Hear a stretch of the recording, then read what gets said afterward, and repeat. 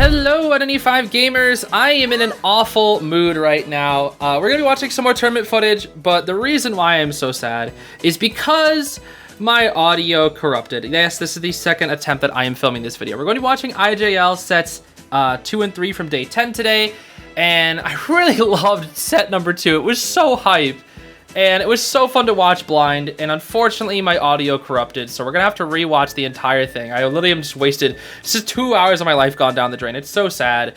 I did do some polls as well. I actually, the video didn't corrupt, just my audio, so I did end up getting the operating table skin for Soul Weaver when I did like these little summer celebration thingies. I did end up using these. I got the operating table thing for Soul Weaver. I think I got like a skin for Forward as well.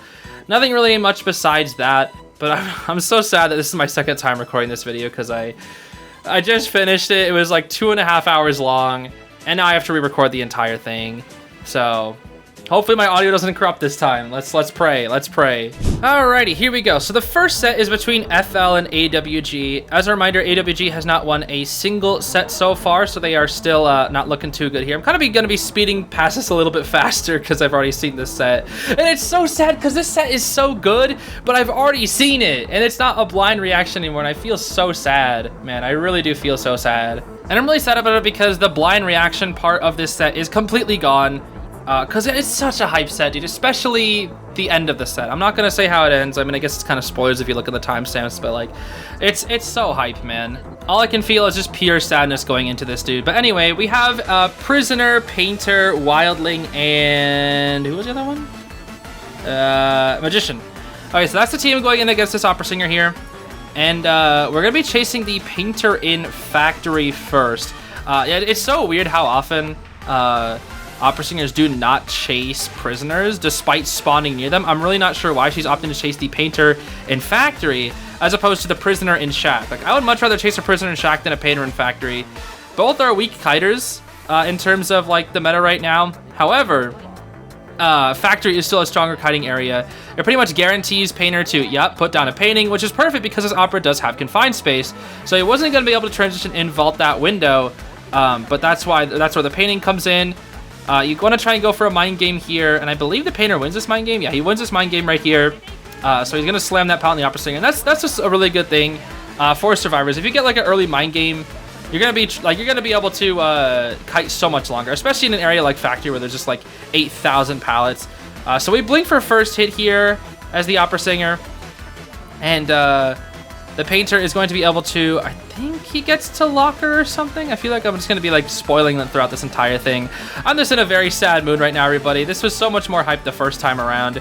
But it is what it is, bro. I want to watch all the sets, and even though this happens, it just is what it is. I just had to corrupt, bro. I hate my freaking audio software sometimes. This happens like maybe once every like 6 months, so it's really not that big of a deal, but when it happens, man, ooh, it's upsetting. So yeah, the Painter's cutting it out here. He's doing a really good kite. Flywheels to avoid getting hit there by the opera singer, and he is going to be able to make it past over here, and she just keeps vaulting everything.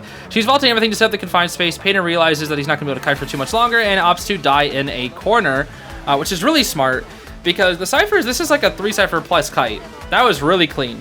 3 ciphers are basically popped, except for that one at 90, which is probably the Wildling's set, because Wildling's already here on Pumbaa, and the other cipher is now at 40. Wanted on the mage, so that doesn't really matter. So yeah, it's a really good position for the survivors right now.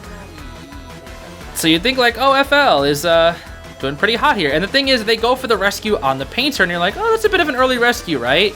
Well, there's 2 reasons why they went for it. 1, it's a Painter, so it doesn't matter. 2, the cipher was getting pressured, so it was a little bit tricky. You really don't want to have your cipher get pressured for too long while somebody's on the chair. And because it was a Painter, you can go for an early rescue without many repercussions.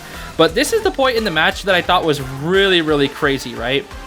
So you would think, or you would think like, okay, look at these ciphers. These aren't too bad, right?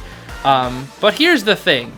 Here's the thing about these ciphers, because Prisoner can finish up one of the ciphers. He's helping decode, but because they have a Wildling, and see the Painter's chair time. Look at that. They have plenty of time to go rush to the Painter. They literally have like 50 seconds to work with. So all Wildling has to do is sit on that gosh darn boar, and then just keep flying around, and that's it. That's all he has to do. He literally just sits on his board until the Cypher's primed. And that's why Wildling and Painter is such a good combo. Because, like, you can pick and choose when to rescue. This is why, this is exactly the reason why Painter was used so much in early Opera meta. Because you could pick and choose when to rescue, and they're taking full advantage of that. Because if this was any other character, they'd be dead by now. I mean, Poom would have to come in for the rescue, but then they could potentially get, like, you know, the final hit with something. But now, they get a free rescue. And it's a 4-person endgame, just like that, dude. Just like that. See, at this point, I think Itohasu's plan was chase the Wildling because he doesn't have Boar up, and then just immediately go for the Painter. So you're like, oh, he gets a pretty fast down onto the Wildling, but he doesn't chair the Wildling. Because you know that would waste too much time, and you're a little worried because you know the other person's on the gate. You know there's still 4 people alive, so somebody's definitely on this gate right now. And you know that it's probably open, so you need to get this Painter down. But that also means that the Wildling can use his self-heal, and that was crazy. I can't believe that happened.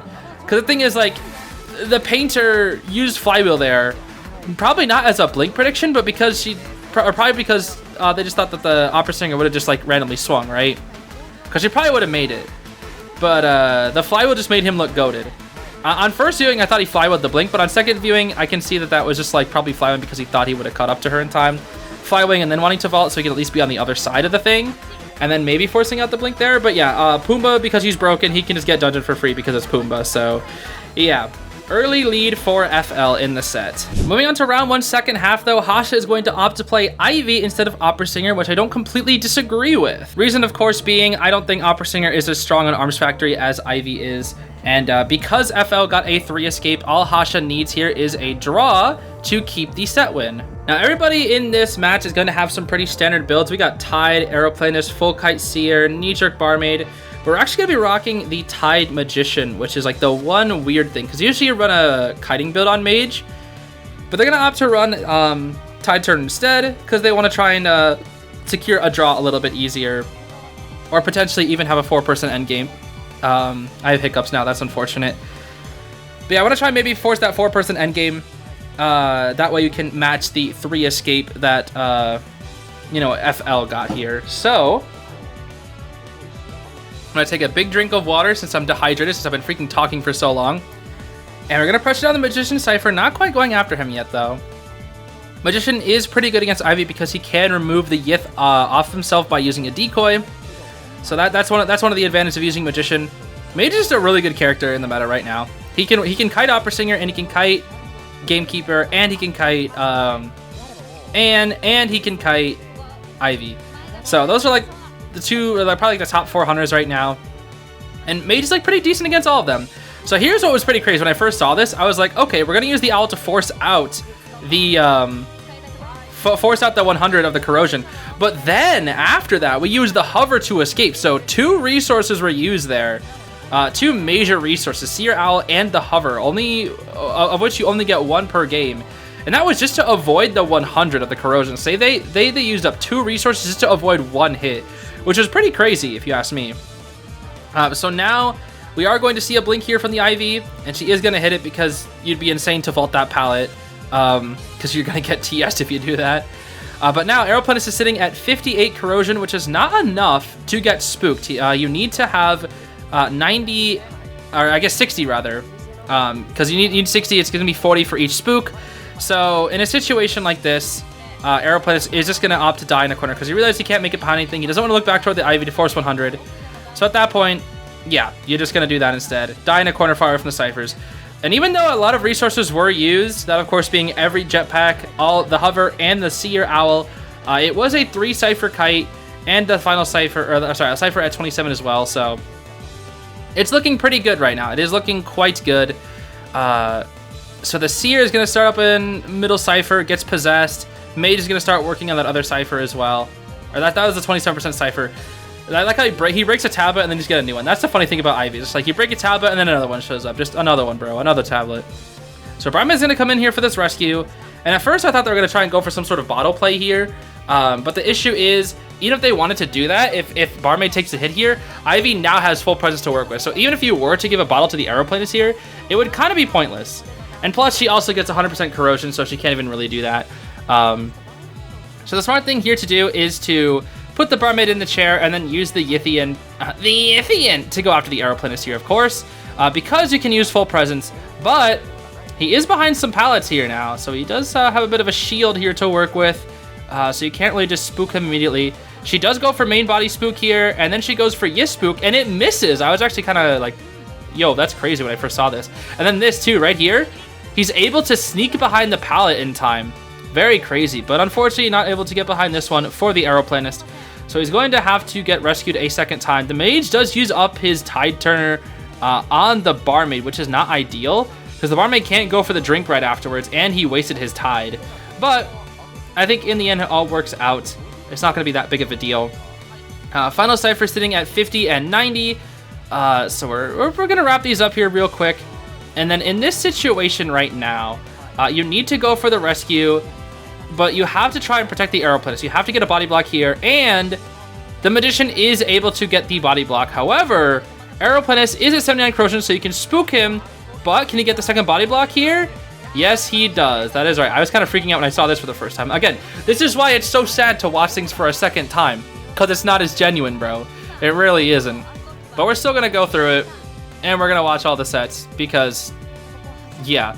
So in a situation like this, you realize the cypher's going to be primed, so you kind of have to shove the magician on the chair. At least do something, right? At least do something. Now, I think this is where things get a little bit weird for about a minute, because I don't think anybody... I think they're like all trying to like position themselves for a proper endgame, because barmaid leaves the primed cipher, and then Seer comes in. Aeroplanist wants nothing to do with this Ivy, so he's just very, very far away. So that's pretty much what you want to do. You don't want to have your airplanes get caught out because he is dead on chair. So the barmaid's going to be the one to come in and get the rescue, while the Seer's going to be the one to pop the cipher. You don't want to have the Seer get the rescue because he has no borrowed time. So they had to position themselves in this way. And she does get the rescue before half. She swings at nothing. And then Mage gets the pallet stun. And I thought they were gonna pop right here. They actually decide not to pop on that pallet stun, which I was a bit surprised about. They actually decide to pop right here instead. Mage takes the hit, crosses over through the Ivy. And what's crazy is this entire time he hasn't used a single wand. That's what I thought was crazy. I was like, yo, this guy has 3 wands, hasn't used a single wand the entire time, which I just found to be a little bit funny. So the barmaid's going to be going for the shack gate, while the other ones are going to the factory gate. She does put the tablet up there, so that gate does not get open, but the aeroplanist does indeed open the factory gate, so everybody's going to be able to just kind of dogpile out that gate. And I think, if I'm correct, this ends up being a 3 escape, I think? Yeah, because you try to possess onto the magician, but he's able to get out. So you teleport back over here, and then barmaid has dungeon, right? But the thing is, she doesn't make it. Now, I just want you to watch this blink right here. This blink was crazy.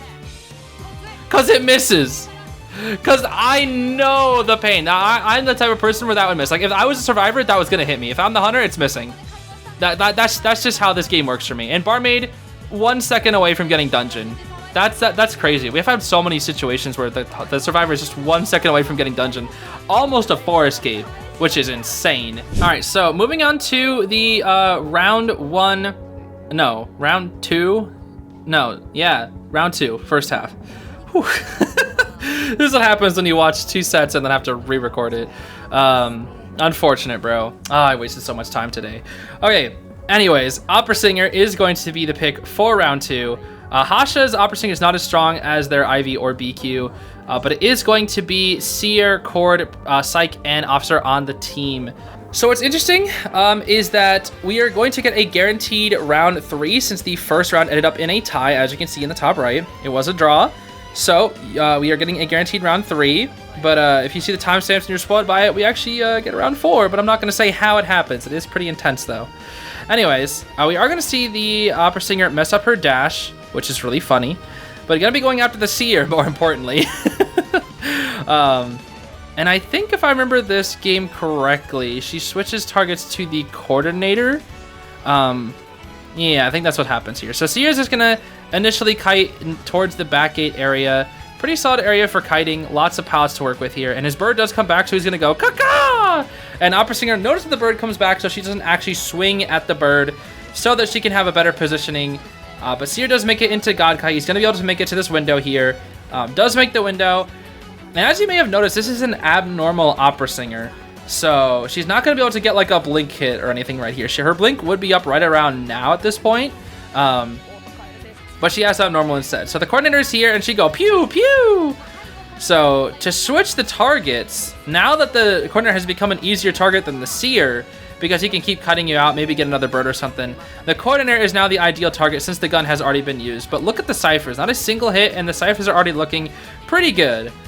Now the Opera Singer does have abnormal to make up for this. However, the theory behind abnormal Opera Singer is that you kind of have to die on a cipher for it to work properly.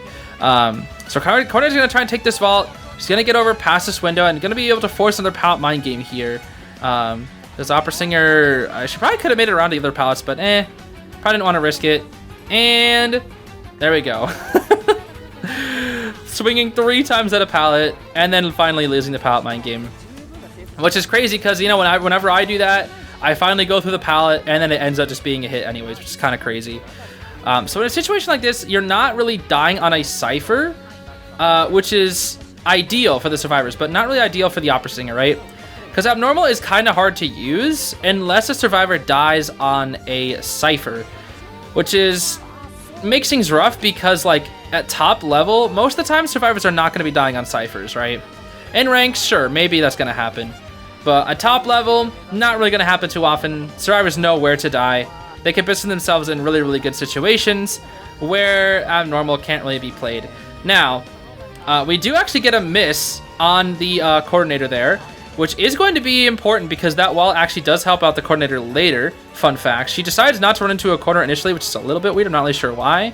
But she's going to just, you know, spend her time over here so she can die in a corner away from all the ciphers. So you'd be like, okay, you know, in this situation, this is going to be pretty good because the rest of the 2 ciphers can get rushed and the last rush can go off. So it's going to be like a 4-person endgame, right?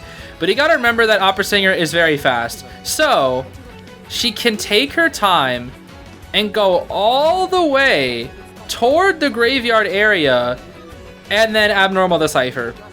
Because even though it's gonna be a full rescue, she can TP back all the way back over there because she just can, right?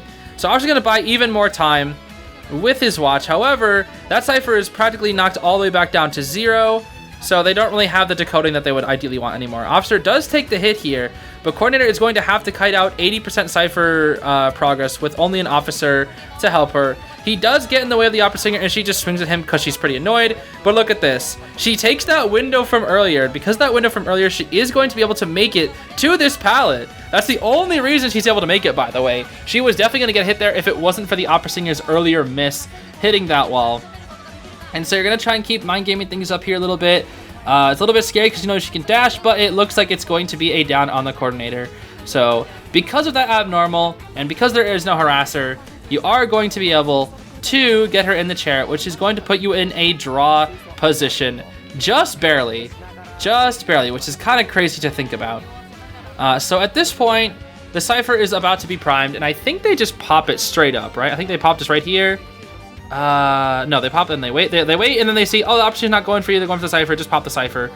So yeah, in a situation like this, you're pretty much in a really good draw position right now because you have the person with a resource at the gate and the other 2 can go to the other gate. But as you can see, things are looking a little funny here by the positioning because the officer is near the dungeon and the other 2 are near the gate. So you might be thinking, oh man, this is going to be a 3 escape. And honestly, Opera Singer has teleport, so she opts to use teleport instead because she does not want to get the officer to come out the dungeon. She realizes, if there's any chance that I'm going to be able to prevent this hit, it's going to be now. So Psychologist is going to be able to avoid the hit there using Knee Jerk. Has a little bit of speed, but she is going to go down. I think quite soon after, right? Let's see. Not quite just yet. She continues to play around this pallet. Opera Singer is forced to break it since that's a really, really good pallet. And then you can come around, and since Psychologist has no resources, she is going to go down. But the other 2 can get out and force the draw, so narrowly avoiding the 3 escape there with the dungeon, but still quite well played from both sides. Now it's time for round 3, and again, I'm just kind of zooming past it. It is going to be Ivy as the hunter, which of course leads to these goofy spawns, but we're going to see Prospector, Dancer, Seer, and Mercenary on the team as well with some goofy looking spawns, and a very flywheel truther team here as well. We're going to see full kite build Seer, flywheel Dancer, and Prospector, and tied on the Mercenary. So standard stuff. you can see you can really run Flywheel or Knee Jerk for Ivy. And because it is round 2, it's usually just Ivy and Opera. Whatever one is not banned, that's the one that you're going to pick. So, in a situation like this, I was thinking that Prospector was going to be very, very good here, right? Because Prospector does counter Ivy. Seer Owl is like a soft counter. Mercenary Owl Pad can get away from the tablets, and then Dancer exists as well. So if I remember correctly, I think I really liked that Dancer play from the start, because what Dancer did there, I felt like she realized that Yith was coming towards her, decided to walk away from her boxes so that the tablet would not be in her boxes. Because I'm pretty sure we see a Dancer later in this video where she has a slow box and a Yith tablet in the same area, and she decides to stay in the Yith tablet and basically give Ivy a free hit when she could have just left. Like, it's weird because when there's a Yith tablet and a slow box / fast box in the same area, it's like an advantage for both people. But at the end of the day, the survivor is the one that needs to leave first, right? And plus, you can break the tablet or you can break the box as Ivy. You can't break the tablet as Dancer, at least instantly. So we are going to go for the blink here immediately. Seer not just going to give a hard read to that blink like the cheerleader from yesterday. Or I guess maybe 2 days ago at the time the video is coming out. Probably 2 days ago now. This was supposed to come out yesterday probably, but because it took longer, he does actually use Flywheel there for no reason, which is pretty funny. Oh no, he Flywheel the Croatian, my bad. Never mind, he Flywheel the Croatian, that was goated. My bad. My sincerest apologies, Yog. Yog? Yug? It's like young, but with 2 G's and no N. Yug. So yeah, go to Flywheel. But yeah, because this video made me lose like 2 hours of like my day, it's probably gonna have to come out tomorrow, which is unfortunate. But it is what it is. And the Seer is going to go to this area, and I think if I remember correctly, he tries to use the bird to force out the 100, but it doesn't work out the way that he wants to. Yeah, because the Ivy is impulsive. He tries to use the bird. He's like, oh, I can use it to force 100. But you have to walk back toward the Ivy for 2.5 seconds, and then he doesn't vault. I think he should have vaulted there. Maybe he just misjudged the Seer Owl timing, but I think he should have vaulted there. If nothing else, for the reason, but to make Ivy get longer to the chair, because you probably were gonna make it anyway. And it was probably not gonna be a TS or anything like that because of the bird.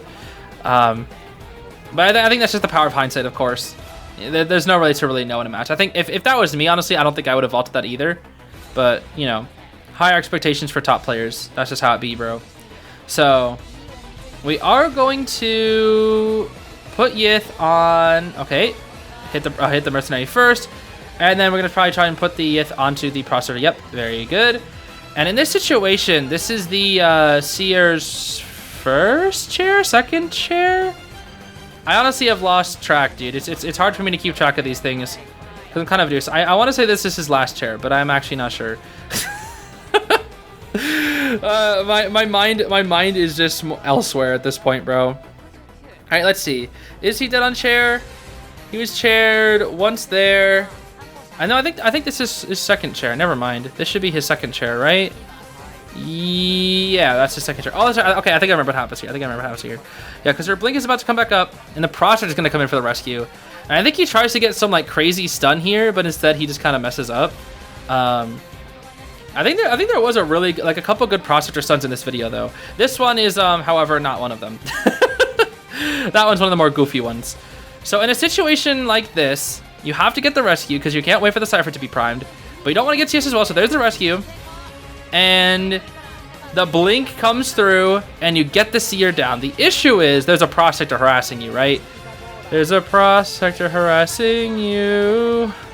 There's a Prospector harassing you. Okay, yeah, but she plays it smart, and she decides to drag the Seer all the way toward this chair, and almost gets the stun, but not quite there. So unfortunate for the Prospector, was not able to save his buddy, the Seer. I mean, not that it really would have mattered because the Seer didn't have borrowed time, and they kind of just popped right there. I think they actually popped to give the Prospector a speed boost to try and catch up to the Ivy. To get the stun, but it didn't end up working anyways, so still kind of funny, honestly, if you ask me. But because of that situation, she is able to put herself in a drawed position, because now she has Yith at the gate, main body at the other gate, Prospector is here, goes for a stun, doesn't quite get the pallet stun, or magnet into pallet stun, but still gets a pretty good stun regardless. And I want to say that he doesn't make dungeon? Does he make? No, I don't think he makes dungeon. I actually don't remember what happens here. Yeah, I don't remember every single little thing from every single little match, honestly.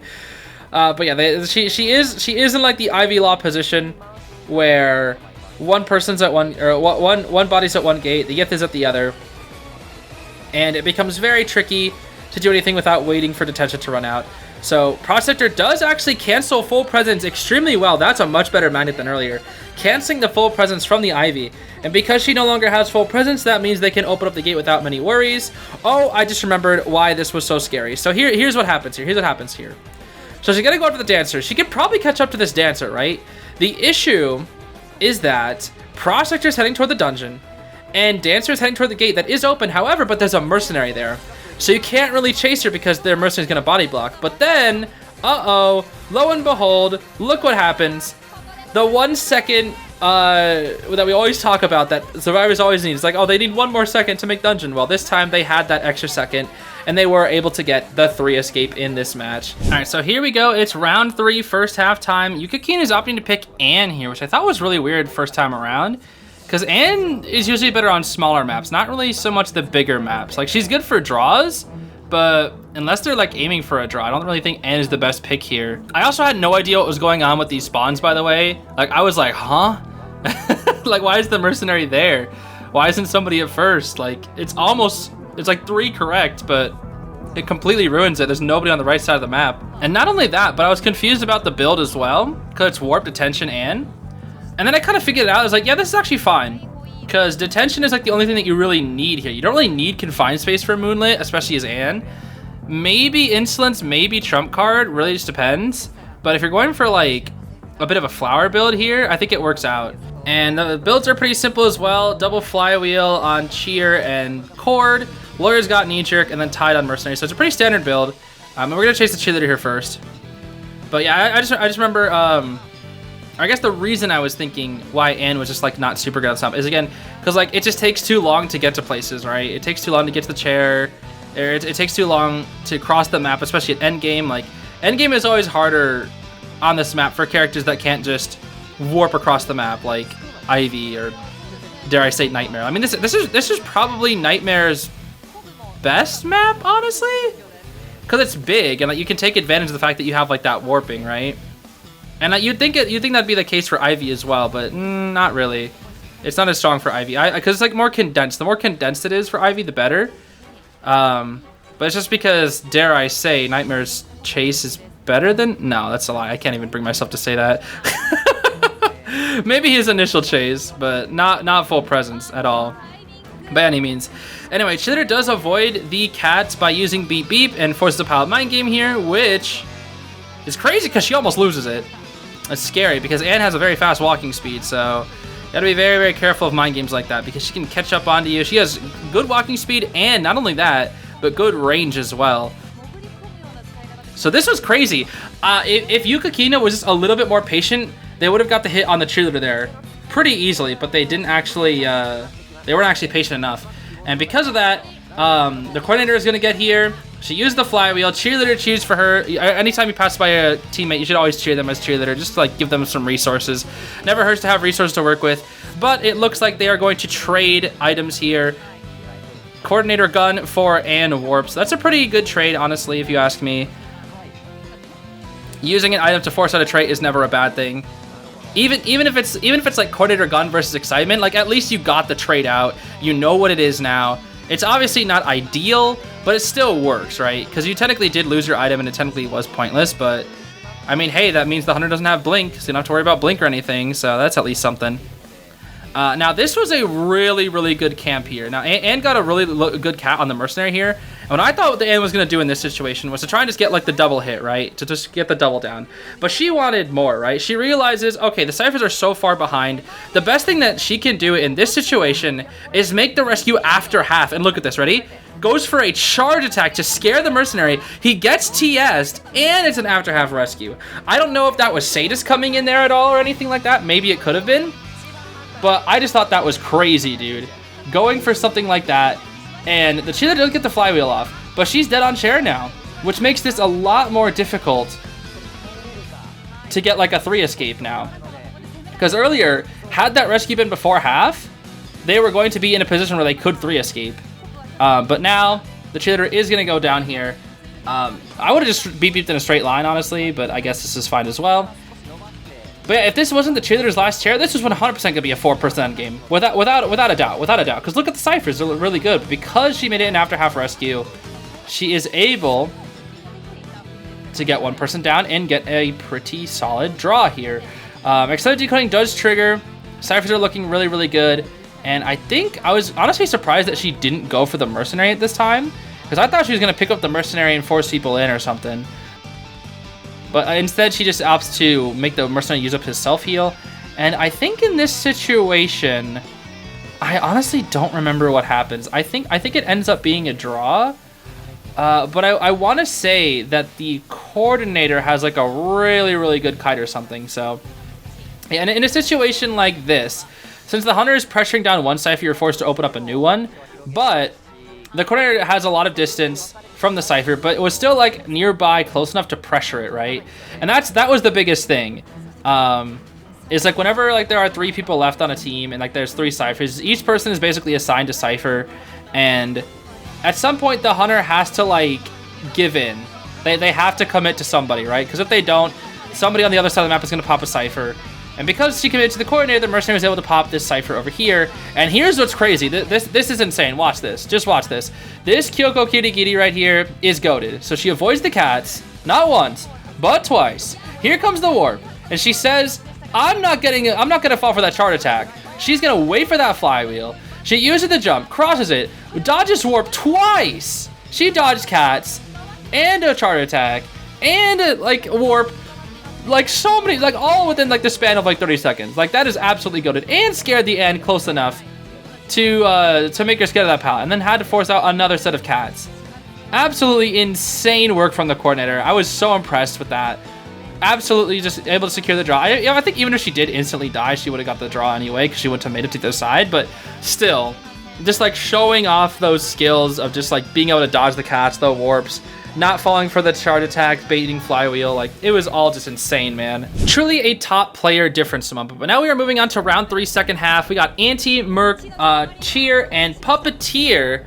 And this is going to be going up against Hash's BQ. Hash's BQ, one of the best BQs in the world. However, if memory serves correctly, this BQ struggles a bit in this match. Let's just say that. Because don't get me wrong, Hasha's comfort pick is that BQ, especially in round 3. But AWG knows this, right? They're able to take advantage of this because they have characters who can counter it, right? You have Anti that can walk back towards the BQ and use stick. While not extremely consistent, it can work. Puppeteer can eat 4 mirror hits. Cheer can just beep away, and then Elbow Pad, I was about to say Elbow Pad could just mercenary away. Mercenary can just Elbow Pad away. So every character here has a way they can deal with BQ with their abilities. And we actually do have double flywheel on Anti and Cheer, and then double tied on the Puppeteer and Mercenary. So things are looking pretty good builds-wise for the survivors here. And I think we get some really intense gaming here right from the very start that just proves why Antiquarian is such a cool character. So, Hasha's gonna just pursue after the Antiquarian.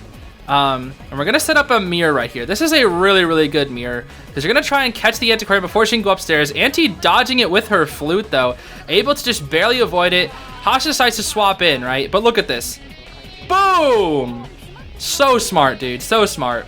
In a situation like that, I was going to just head toward the window, because I'm like, oh, the BQ swapped. That means I can just kind of continue go for free. But I would have kind of forgot that the mirror would still be on the other side. So, like, if it was me, I would have probably panicked and then tried to flute jump. And either one of 2 things. I would have messed it up. Beautiful flywheel, by the way. Boom, boom. 2 more sticks. Antiquarian's broken. Respect Anti. And then she did a refresh so she gets her stuns back a little bit sooner. Oh, boy. But yeah, I just remember like freaking out about that one play because it was just so good. Blink for first hit right here. Yep, makes sense. But like the Antiquarian instead was like, okay, instead of jumping here or trying to vault and risk a terror shock or like just having to force a hit, I'll just walk back towards you and hit you because I know that's what's coming. And that's what was so good. And unfortunately, because Hash is in a really good position, the Antiquarian cannot really get any more flute hits, but will be able to use that flute for the rebound. So still a very solid kite, about 3 ciphers, forced out about like what, 3 to 4 mirrors or something like that, which is 1 to 2 more than I could definitely do. And we also have double tide as well. So 30 seconds on chair, plus 20 seconds of tide, plus walking to the chair. That's like 2 minutes basically. And 2 minutes is enough to finish the last 2 ciphers.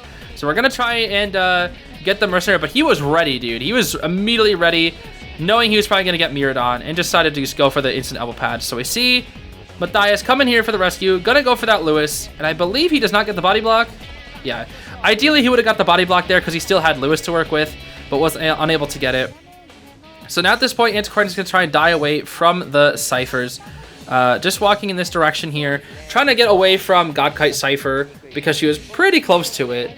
And also by doing this, you're going to get pretty close to the coaster as well, because Hosh doesn't really have many choices to chair you except for just like the closest chair, so you can start pressuring that ciphers with that mirror.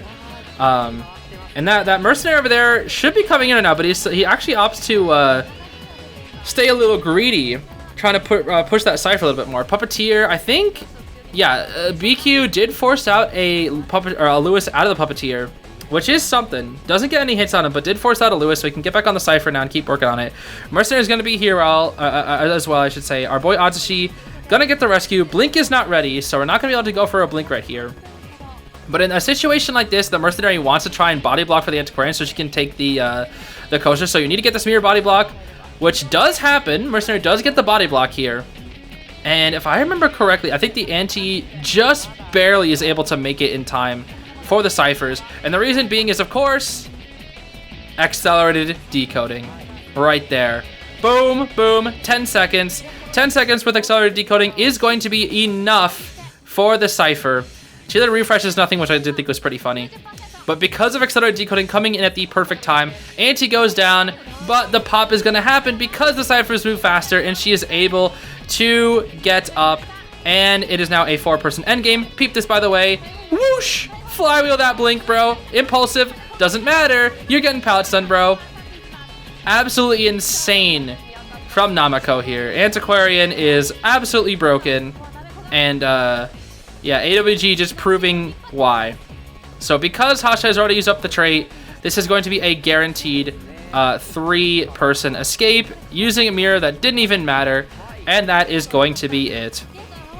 I just remember when I first saw this match, all I was saying was just like, Antiquarian is so cool and so broken. Oh boy. But yeah, still, very good game from AWG. And Hasha's BQ, unfortunately, not getting the results that he was looking for. All right, because things were all drawn up, we're getting a round 4. And something that I was really, really happy about here is that Hasha, instead of going BQ again, decided to pick Soul Weaver, which I always love seeing Soul Weaver in tournament. This is Soul Weaver on Chinatown, too, which is one of Soul Weaver's best maps. Now, I'm not going to spoil anything, but let me just say that this match was so freaking insane, bro. I hate that I know how it ends because this match is honestly probably one of my favorite matches of IJL. It's such a good match. And the thing is, going into this, I thought this was going to be rough for Hasha, right? Because here's the thing. Puppeteer is going to take 4 hits to go down. Same with Gravekeeper, like ideally. Obviously, you can, you know, make it, you can play around things, but Proster can also harass, and then Dancer is just like insufferable for Soul Weaver because of slow boxes and how cringe they are. And when I was looking at this, I was just like, man, this is going to just be really, really bad for Hasha. At best, it's going to be a draw. But hoo boy, let me tell you, regardless of the result of what this match is, this is a freaking hype match as heck. And you're going to see why. You're going to see why. So, right from the start, Hasha's going to be chasing the Gravekeeper, which at first I was like, why? Why are you chasing the Gravekeeper? That's the Rescuer. It's going to take 4 hits to go down. And it's like, what are you doing? But I think it was more just to like get to the Dancer or something, because now you see where the Dancer is. You're gonna try and red light a little bit, make it go back, and then you're like, I'd rather chase the Dancer. So good communication from the team. She does spin away, and now the Soul Weaver is chasing down the Dancer. Now of course, here's the thing about Soul Weaver. Yeah, you see you drop the soul blocks in here, and then you have the pallet, so you get a ton of distance right here. Here's the theory behind Soul Weaver, right? You can get rotated to oblivion as Soul Weaver, and it really won't matter, because here's the thing. Soul Weaver has the web charges. So at this point, you have like 100 webs right now, right? And you're getting closer to Dancer, keep on redlighting so she can't see you, know where she's going to want to come from. And now, you're like, okay, she's right here. Boom. First hit, already done. And now, All you have to do is just blink her, and then she's dead. Just get like a couple more webs for some speed, and then she's dead to blink. Or be absolutely goated with the speed, and then just boom! Kill the dancer that fast. The kite, this kite, was like 15 seconds. But because of rotation, it added so much more. But that's the thing about Soul Weaver. She can deal with rotation because she gets like so many resources accumulated. Like that's why I think Soul Weaver is such an interesting character.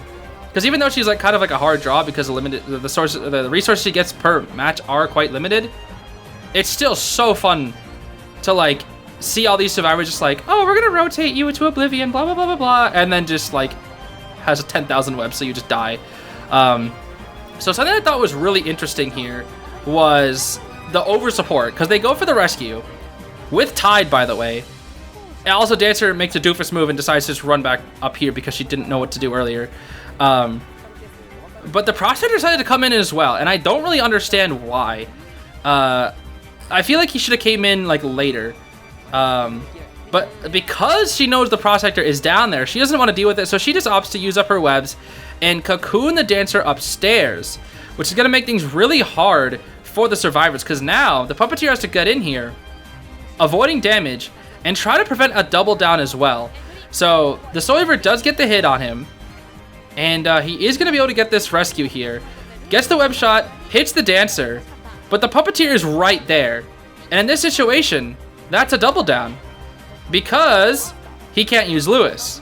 So that was really, really good. And the Dancer is dead on chair, so the Prosecutor has to come in here, but it doesn't look like he does. So this is what I thought was just a little bit strange from the survivors. I mean, Weaver outplayed them by, like, you know, going for that cocoon there. That was a really smart cocoon. But I didn't really know, like, why Dancer just kind of, like, flopped around and let, like, the Weaver get full presence. Not that full presence really matters, because full presence Weaver's trash. It doesn't really do anything for you. But, yeah, in a situation like this, I was like, okay, they're missing an entire Cypher, and one is still at 43. Hasha now has the tools to win this, right? Definitely does. Because now, you're going to be playing catch-up the entire match. Does get the spit into the basic, which I believe, or the spit and then get Lewis. Which now means that the Puppeteer does die. Yep, no longer any more opportunities to use Lewis, so you can just kind of blink him here. And they do start open the last Cyphers. But Hasha is still in a good position right now, right? Because at this moment, you just go for the Cypher. You know somebody's on that Cypher, you can just go for that Cypher. It's only going to be at like 20 or something. And they did already swap the TP. They didn't swap to abnormal anything, so there's not going to be any opportunities to do something like that. You can hit the cheese out of his shovel here because he's still pretty far from the chair. Then you're going to want to try and go for like a web shot here. Obviously, web shot is kind of hard to hit consistently. But you don't want to get TS here. Doesn't get TS. Pops the instant Lewis too. That was pretty good from Hasha, where Tawash seemed really, really scared of getting hit. Instant farm, so use Lewis to avoid the instant farm. And then you just hit the Gravekeeper instead because you don't want to hit the Lewis. But yeah, see, now in this situation, things get a little scary because the Gravekeeper... By the way, that was I can't believe she made it to the pallet like that fast. That was crazy. But the Gravekeeper is going to go down. But the Puppeteer doesn't have borrowed time, so you can't send him in to rescue, especially since he only has a quarter of health because he could die to web shot. So you have to send in your Prospector. But knowing this, you know, because he's used Knee Jerk and because he used Tide Turner, you know the Puppeteer doesn't have borrowed time, so you are able to freely go after the Cypher and ignore the Prospector going for the Gravekeeper. So things are looking a little scary now because it's like, oh my gosh, this Puppeteer is gonna die. And Hasha still has a good amount of resources. You have two webs right here. All you need to do is use web shot or basic hit, and either one works. And now because of this, they are forced to open up another Cypher because you know Hasha's gonna chair back toward that Cypher, or at least somewhat close to it, so you can keep on pressuring it. And here's another game sense situation. So nobody's working on the Cyphers, but you know the only one who could come in is the healthy one, right? The Prospector. You see him coming in, so you realize the second they get on a Cypher, you just TP to it. But check this out. Boom! Canceling the teleport. When I first watched this, bro, I was screaming because I was like, you know, the only way they win this is if Prospector gets a good harass. That's the only way the AEW is gonna find like a way to avoid like getting 4K'd or whatever. It's gonna come down to the Prospector. Prospector is like the thing that's going to change this match. And then right as I said that, bro, I kid you not, he did that. And I screamed, dude. Oh my gosh. This is why I was so mad, because of this freaking set, dude. Because of this freaking set. Canceling the teleport, man. Oh, I wish my blind reaction to that was still saved, man. Because I was freaking out, man. Oh, it was so hype. And now, because of this situation that you've got yourself in, you're forced to stay by this Cypher. And so, because the cheese was, like, spared by the Prospector, he was able to transition to a different Cypher, and now Hasha doesn't really have the opportunity to put them into that really, really tough position, because now all the Cyphers have a lot of progress. And at this point, whatever you commit to is the wrong answer. Because now they got back into the game because of that one Prospector stun canceling the teleport. Which again, is another reason why I think all hunters should have universal freaking teleport times. Because I tried to do it to a Geisha before, and it didn't work because she has the fastest teleport animation. But man, you know who has a pretty slow one? Soul Weaver, apparently. I don't know why hunters have different teleport animations and speeds. Doesn't really make any sense to me. Especially Geisha, who just like teleports onto you and then it's just like she dashes, and then what are you supposed to do? But in this situation, what Hasha's looking for is to get his trait back, get the webs back, and then try to down with the web shot. But they know they're going to try to down with the web shot, so they're like, okay, let's just pop. That way we can avoid that situation and not give Hasha too many webs. But he just like makes a giant spider web and kills the Gravekeeper. But here's the thing. This is the Gravekeeper's, I think, second chair, right? So he can still be rescued. So she teleports to try and get aggressive, thinking that both people are over there. Not quite, though. So Prospector threw down a magnet the second he saw that teleport, and he's able to try and kite things out here. Opts to go for a slow vault. I don't really know why he did that. I think that was like a misinput or something. But now because of that, the Puppeteer can dash and go get the rescue onto the Gravekeeper. And this is where this set becomes so intense, right? Because nobody can rescue the Prospector. Because Puppeteer, dead on chair. Gravekeeper, dead on chair. But the dungeon is here. The dungeon is here. If you commit to the Gravekeeper, guess who backdoors? Puppeteer. But if you commit to the Puppeteer, guess who backdoor rescues? The Gravekeeper. And you know that that other gate is about to be open. So Hasha is in a really tough position here. Because you can go for the backdoor and get the Prospector. Or you can have Puppeteer open the gate, and then she's can just get out the dungeon. But because of that, they realize, oh, she's committing to the Puppeteer now. The thing is, this is the issue. Hasha has to commit to something and doesn't have a trait. Goes for the Undaunted with the Lewis to buy a little extra time for the Gravekeeper. But here's the thing. No more webs. No more webs. She prevented the Puppeteer from getting out. But the Gravekeeper makes it to the Prospector. And guess what? Prospector has magnets, bro. He sees the path, sets down a magnet preemptively to where the webs were, knowing that the soldier would want to use them, stuns her into the freaking car, and is able to, without a cooldown, stun her again, goes to the flywheel, into the rappel, and they're able to get the freaking draw. This is peak. This is peak IDV, bro. This right here is peak IDV. Insane stuff. Even though it ended in a draw, which is what I said, like what Weaver could get at best, it was one of the best draws I've ever seen. Like, I love sets like this, or I love matches like this, where it's just back and forth, and you just don't know who's gonna win.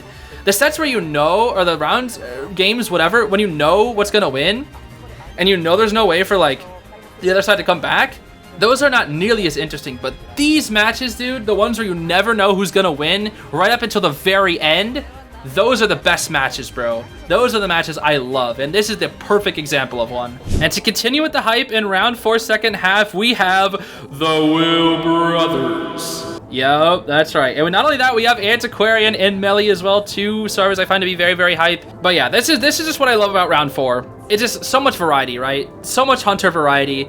No more just Opera Singer IV spam. You get like the hunters that you really want to see, right? The round 3, the round 4, potentially round 5 kind of hunters, where they have to get a little bit more creative. And that's what I really like seeing, because it allows like for some more interesting gameplay. Now, here's the thing. They weren't exactly fully expecting the wheel, because Melee did not bring Flywheel. Melee only has Knee Jerk, which is not nearly as good versus Wheel as Flywheel, because there's not really much that you can do. Now, the thing that I like about Melee versus Wheel is that with the bees, you can kind of turn on a dime, so you can see where the wheel is coming after you, right?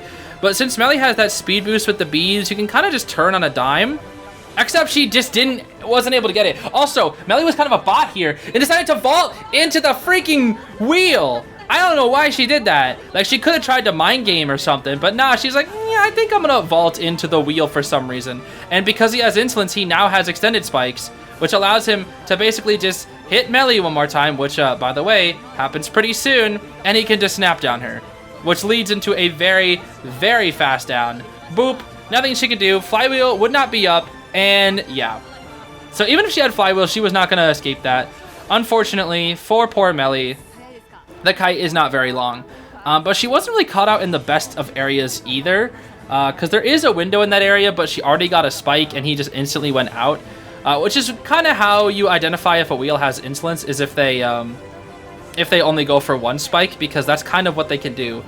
Most insolence wheels get one spike, try to get a basic hit, and then whatever comes next. Yeah, but what's different about like trump card wheels is they usually tend to try to get 2 spikes and then just try to blink down you usually. Because at that point it's just like a very, very quick down in that situation. But because this wheel has insolence, he's almost at full presence. I think I thought he was at full presence at this point, but it's kind of hard to tell. But because there was no spinny thingy, there was no full pres. But now he's a full presence. But look at the ciphers, dude. They are just so bad. He does actually drop a trap there, being scared of the Antiquarian. But she wasn't exactly close enough to get any harassment here. So a bit unfortunate. But yeah, in this situation, the wheel is in a very, very good position. And as a reminder, everybody, I'm not going to tell you who wins this set. You might have a good idea already. But AWG has not won a single match so far. Snaps the Antiquarian. Or has not won a single set, I should say. Yeah, really good hook from the patient. And then because he's scared of a rebound, he just blinks the melee. Yep. He's like, nope, I'm getting this first target down no matter what. Using the bees to try and buy a little bit more time, but not going to be enough, unfortunately, for the melee.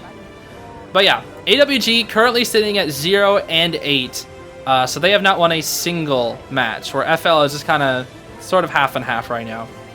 So you know AWG is desperate for a win. And all they need right now is a draw. I think actually better than a draw. But if you look at the ciphers and you look at the health, I mean, things are looking pretty good for this wheel. Getting the officer down with the snap, not going to be able to avoid it with a watch or anything. Now, the one advantage here is they still have a full anti-flute, 2 flywheels, and an officer watch. They still do have resources. That's the thing. So they're not out of it just yet. But because he has full presence, it's going to be really tricky for the patient to do anything here. Does hook on in, but boop, is going to get hit. And then look out. Because of the trap, but the flywheel, that's right. I remember I was freaking out when I first saw that too. I think he wanted to swing onto the patient, but was scared he might, like, I don't know, hit the chair or something. So he wanted to wait a little bit, but then the patient used the flywheel and reacted. Like, it was insane, dude. But now the officer does get back, put back in the chair since he was instantly farmed off. Does see the patient right there, but doesn't really opt to just go for him. He realizes, if I just hit the officer's chair, I have to either 1, force the Antiquarian in, or 2, make this patient rescue a very, very risky rescue, which would probably not be able to happen. He tries to snap him through the wall, but does not get him. Range is too far or something. But he will not be able to de-spike in time, so the officer is going to go down. Realize that the Antiquarian can't even come in because 1, she's pretty much dead, and 2, she was decoding that whole time, so he knows where the Antiquarian is. And because you know the Antiquarian is, you can now go after her, right? Because all it takes is 1 little hit. 1 little thingy. Yep, there we go. But she has flywheel. So, we play around. We dodge at the trap. And we're playing around. Snaps and flywheel. Beautiful from the Antiquarian, by the way. This is Emco's Antiquarian. Absolutely beautiful Antiquarian. Now we got some mind games here. Mind game. Ooh, missing the hit. Boop, boop. You can't move now. 10 seconds of I can't do anything. Oh, so goofy. Okay, threatening another swing. Got to be careful here. And 1 more swing. Beautiful. We drop at the pallet.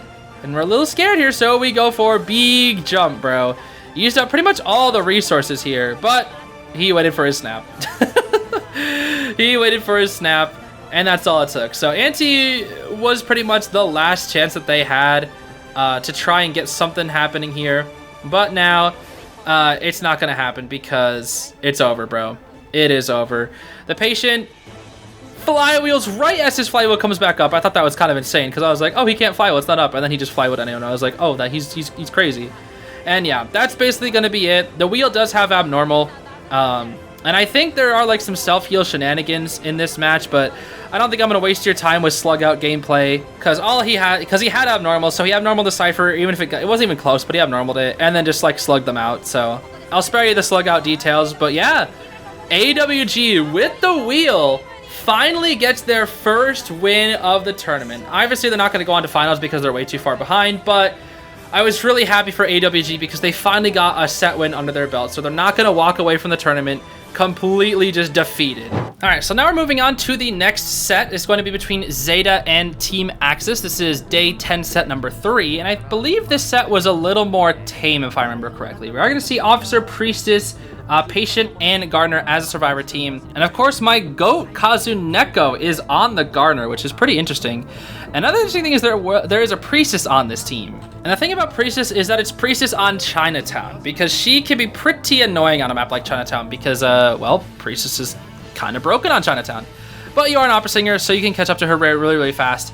And she's going to book it towards Hotel, which is a good kiting area for Priestess, or just in general for every other survivor.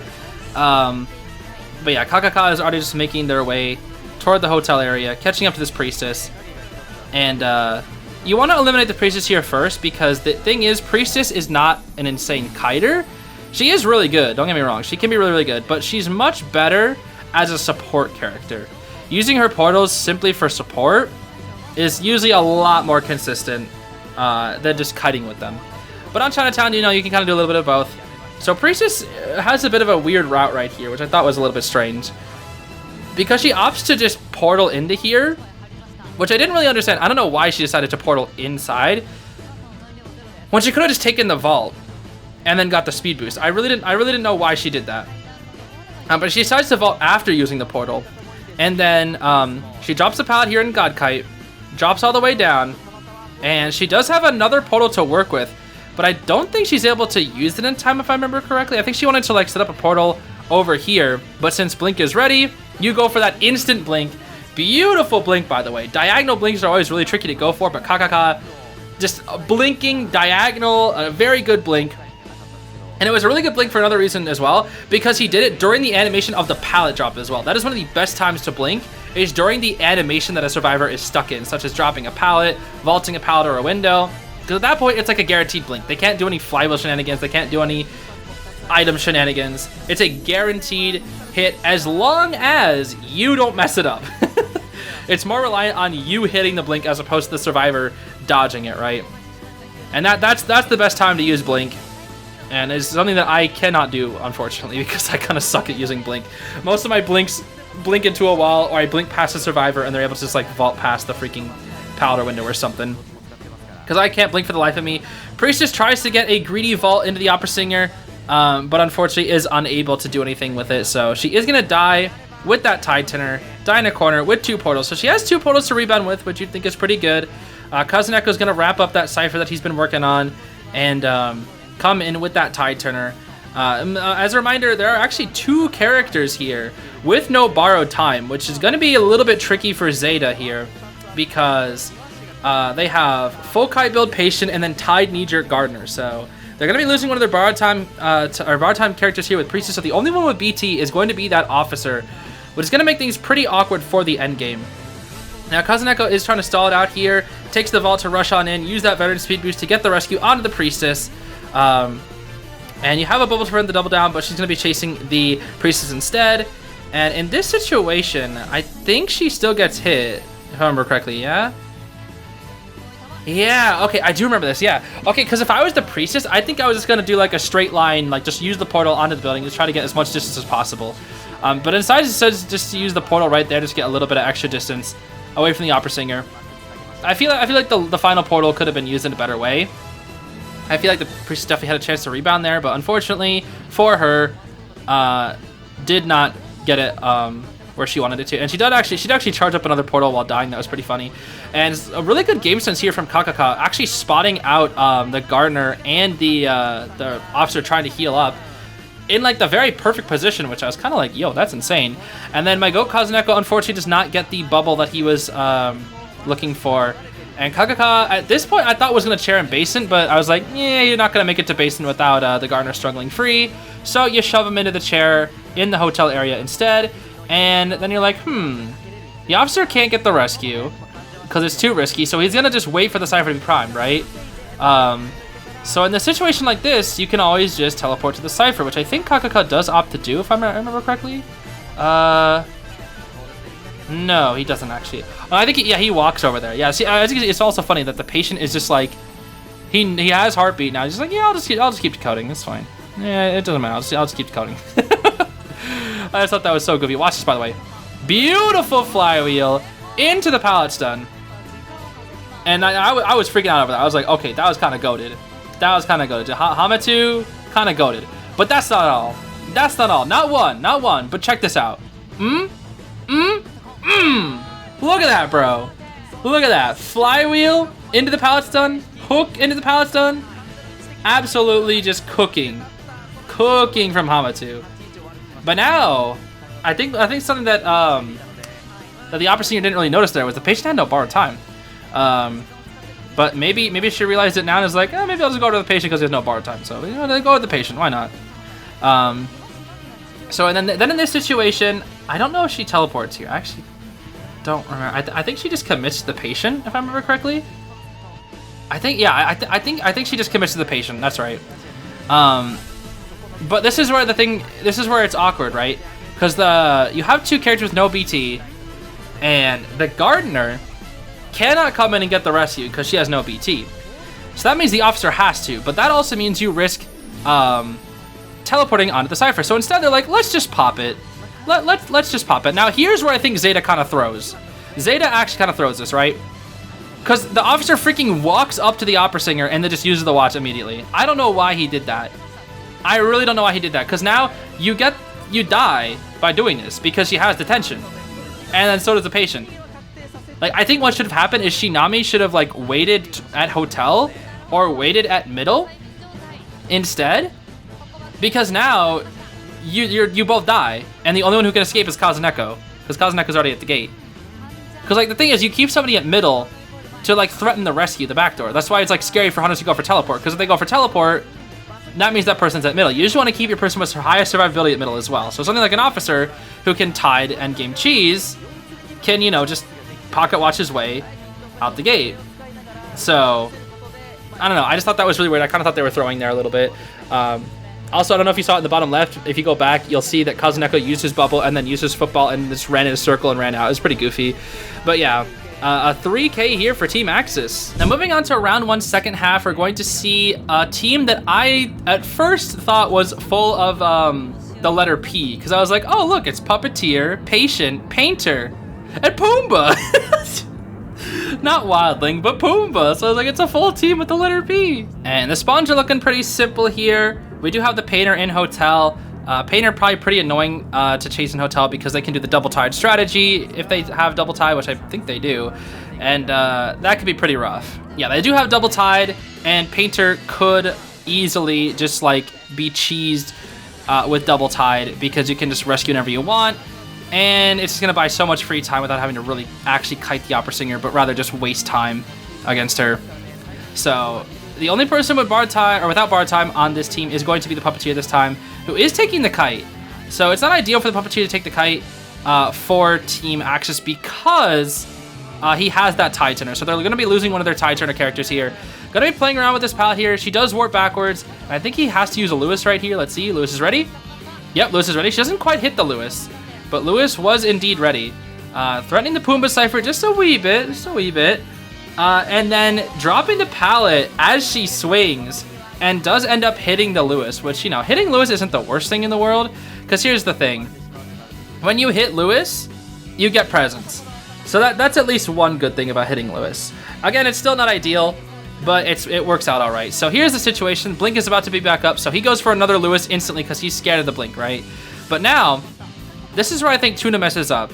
Because every puppeteer drops the pallet in a situation where Lewis is about to run out, right? I think Tuna should have maybe tried to mind game this a little bit more. Where you could drop the pallet maybe like a couple seconds early. That way you could still maybe try to have Lewis ready for that blink. That's what I think you maybe could have done. Honestly though, I think if I was that puppeteer, I would have done the exact same thing. Blink is really, really hard to counterplay around. But it was definitely an option that you could do, right? It was definitely maybe an option that you could do for a potential mind game situation. I don't think it was bad anyway, because they forced out the blink and still cut it for quite a very long time. So it's not like it was bad by any means anyway.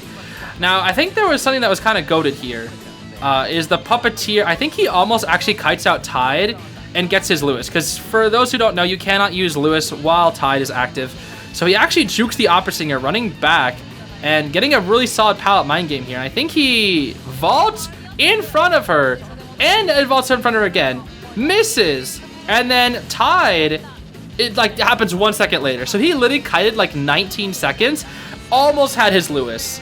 And I think had he got that Lewis, dude, he was gonna be able to kite even longer. Maybe not that much longer, but at least like die away from a chair, which would have just like wasted even more time. So Pumbaa does get healed up, so he can come in for a second rescue. But the issue is they are behind an entire Cypher. So he's gonna break this pallet here, waiting for the rescue to come on in. Break this pallet as well. So now the puppeteer doesn't really have much of anything to rebound with because there's only one pallet he can really go to right now. And in this situation, she just hits the Puma and be like, yo, go get the rescue, bro. Go get the rescue. And let's see.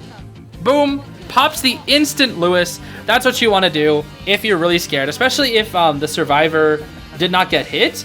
You kind of have to pop the instant Lewis because you can just get insta-farmed. And he does end up getting TS, which is kind of funny. But there wasn't really much that you could do in that situation with Puppeteer. That was like the only... There was like 1 or 2 pallets that you could go into, and this was the far more consistent one to at least, do a mind game from, a pallet mind game from. So I completely agree with the Puppeteer's routing there. And the final 2 ciphers are sitting at 60%, which is pretty good. But now, everybody is at full health. Accelerated decoding is active. Patient actually messes up his hook here. He definitely did not want to do a hook like that. And I think what's funny is that messed up hook comes into play later because he had to fault that window. So that was pretty funny when I first saw it. And let's see. I think he takes a hit right here. Yep, going to take a hit right here. And the 4th cipher is going to get popped by the Painter. So Painter is kind of becoming a decoding character right now. And she opts to teleport onto the Wildling. Something that I thought was a little bit interesting. I mean, she was scared of the cipher being dumb, but it's a freaking Wildling, bro. And he's got Boar. This guy's got bored. It's going to go into a lamppost, which I thought was pretty funny. And then she just leaves the Wildling. Because she's like, yeah, you know what? I don't want to chase the Wildling. I'm not in the mood to chase the Wildling.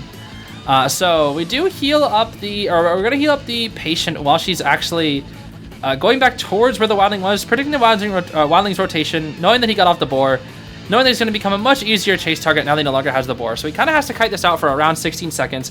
But Artie is going to take a hit right here. And I believe...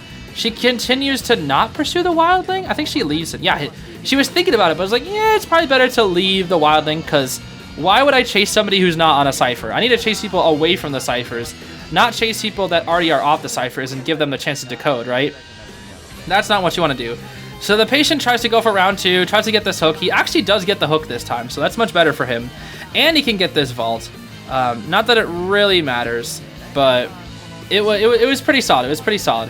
So now she goes back for the cipher, but doesn't actually see the Painter. Despite him being right there, he's a very sneaky Edgar, not being seen by the Opera Singer.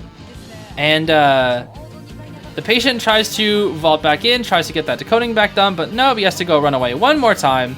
And I think this is where the freaking window comes in, right? Because he had already vaulted it earlier.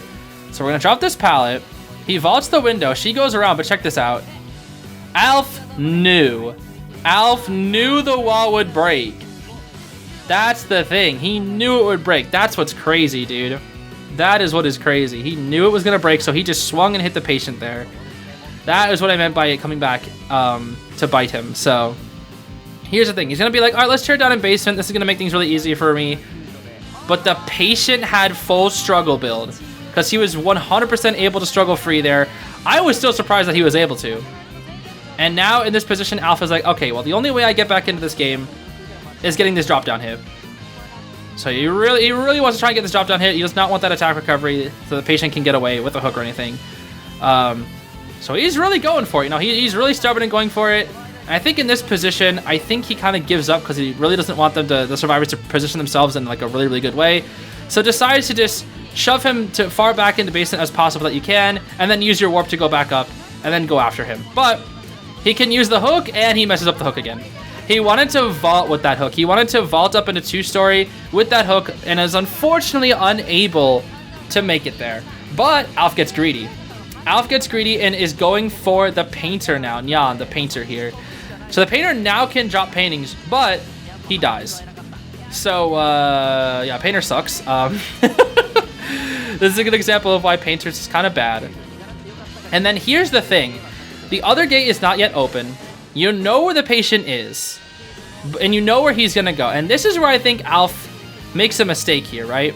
Obviously, this is a very tough situation, but I think there was a better way to do this.